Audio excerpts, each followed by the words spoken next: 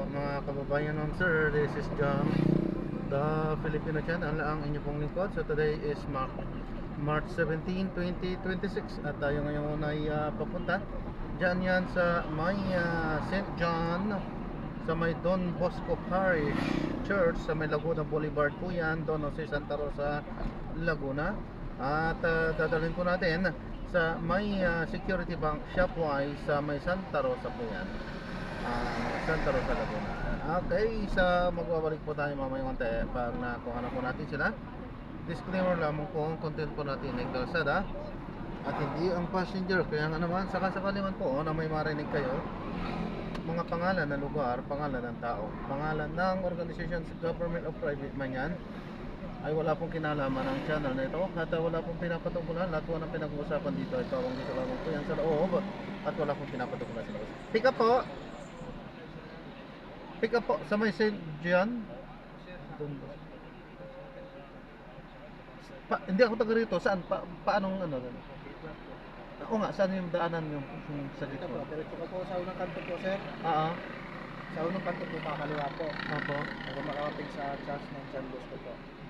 Sige. Kakaliwa ko po doon. Sige. Hindi ka na po lalampas dito sa Tulal. Ay, basta yung unang kanto dyan ha? Opo. Away po yun. Sige. Thank you.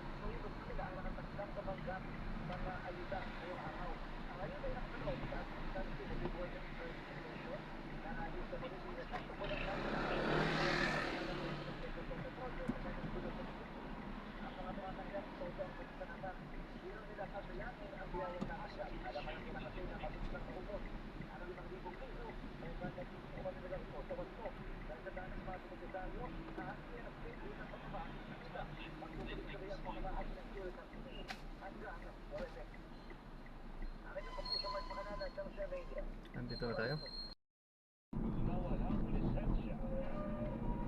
Sinusulong ngayon sa Kamara na hikayatin ang Department of Agriculture, DA, na maitaas sa 5,000 pesos mula sa kasalukuyang 3,000 pesos ang fuel subsidy para sa mga benepisyaryong mangingisda sa bansa.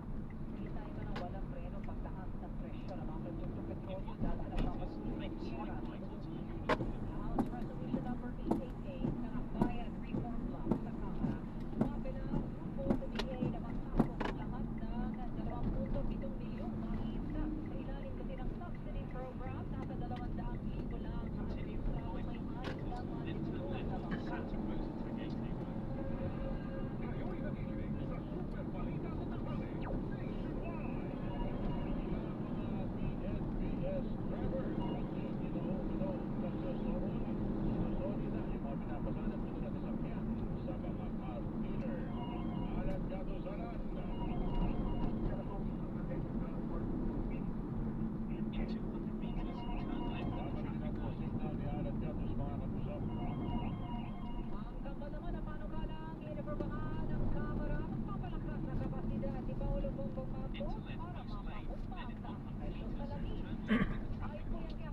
Speaker Faustino D. III, ang report mula po sa Kamara. Isa Bendanyo Mali, pasok.